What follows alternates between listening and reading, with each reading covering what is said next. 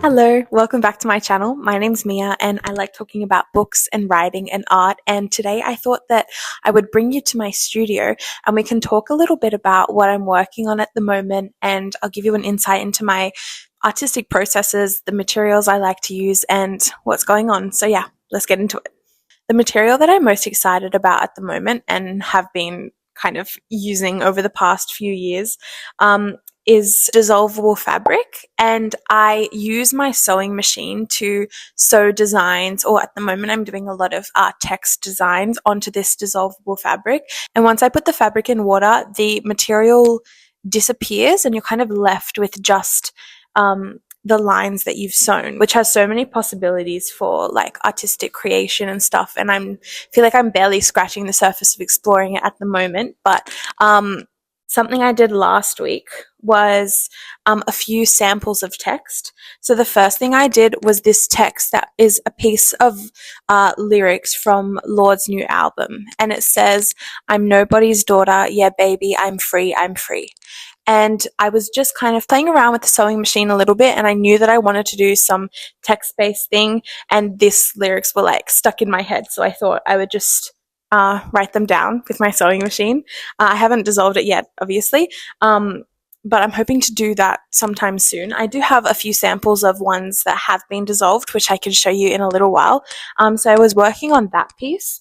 Another thing I was doing was actually embroidering a whole poem that I've written, and it's actually one of my favorite things that I've written so far, and I thought that it would be a beautiful artwork or just like little experiment for myself to see my work in this way. So this is the poem, and you can see that the fabric kind of warps and everything bends out of shape in interesting ways, but I love that, and I really actually lean into it and like lean into what the material does.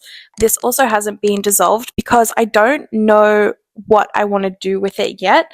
I love the idea of having a block piece of text displayed somewhere. I'm still figuring out the best hanging methods for this, because I love the shadow that is created behind these embroidery works. I can show you a piece that I've done before where it just has these beautiful intricate shadows that comes when there's negative space behind the work. I'm trying to figure out how to preserve that element of the work while still making it functional to be able to like hang in a space.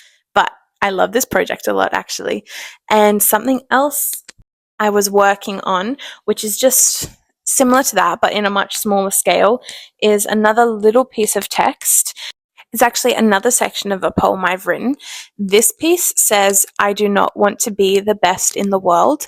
And I was thinking a lot about this line of the poem that I'd written when I was in the studio last week, because actually this is a very new development for me. I haven't been in this space very long, and I haven't had a space like this to make my art. And I'm still really learning about how to like structure my days and my time. I feel like there's so many possibilities for what I can do in here, but it's kind of paralyzing me a little bit. I just have been feeling stuck with where to start. So last week I just sewed this as a reminder of, I do not want to be the best in the world. I'm not trying to like make something revolutionary right now. I just want to make things that I like and things that excite me to create. And these text works are really exciting me at the moment. Actually, maybe while we're here, I can read that poem that I embroidered. I can read it out to you and kind of show you what it's about. The poem is called "The Thing That Waits Behind All the Gold," and when I was writing it, I was thinking about the idea of the afterlife, but I think that it's actually quite tender and like beautiful to think about the afterlife in this way.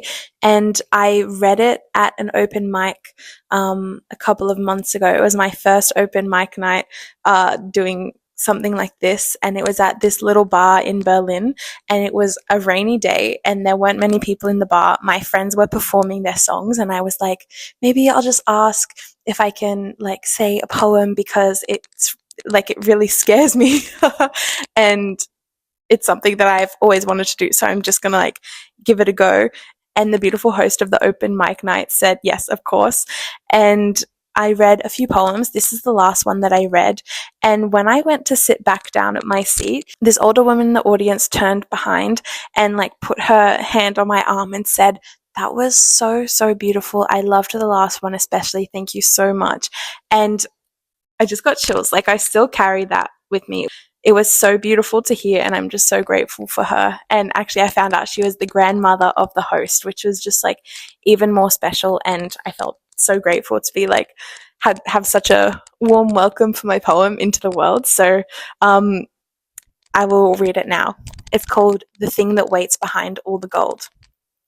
After everything ends, you are barefoot in a field of orchids, holding the leash of the dog you never owned. You have been walking for a very long time. A girl you once loved but never kissed is there, her ears like seashells. The sky is lavender, and your mother is calling you in for dinner.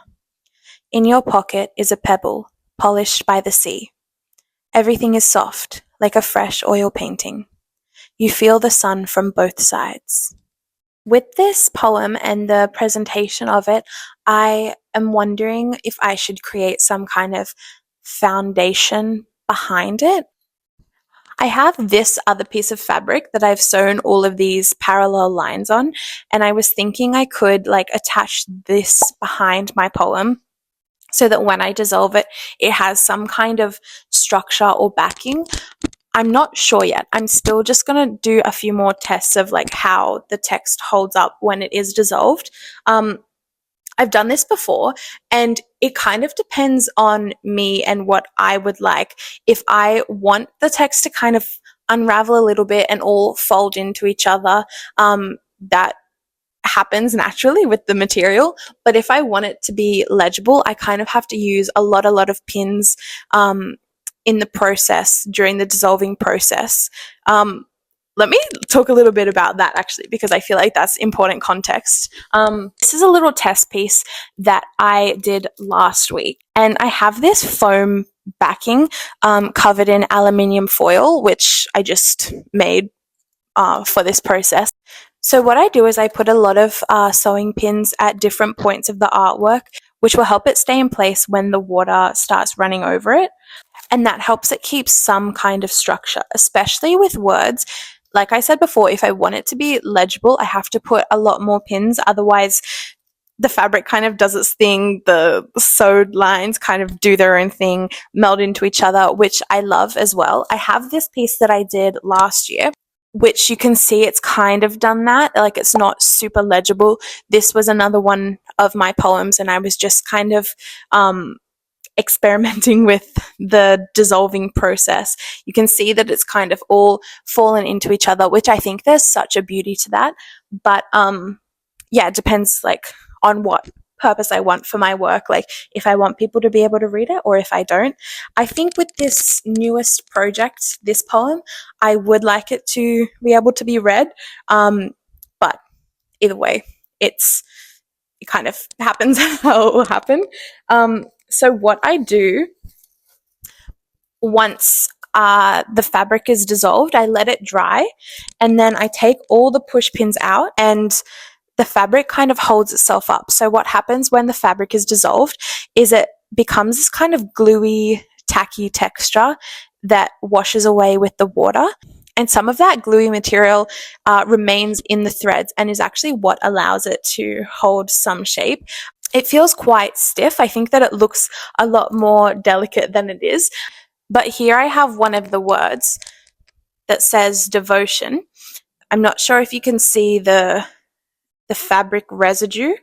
One word on its own holds up well, but you can see it still has like a lot of flexibility, which is why I'm still like finessing how to be able to display or pin it up in a way that maintains the work, but also allows it to like actually be displayed. Let me know if you think of any suggestions that might be helpful for this. One thing I'm looking into is these little magnet pins where you attach one side to your wall and you attach another side to your work, and it kind of magnetizes to the wall in a way. I haven't tried it yet, but I plan on getting some soon to see how that works. And otherwise, I'm just trying to play around a little bit, keep it lighthearted and experimental, and just enjoy the process and enjoy myself. Thank you so much for being here and for watching this video. Please let me know if you have any questions at all in the comments down below.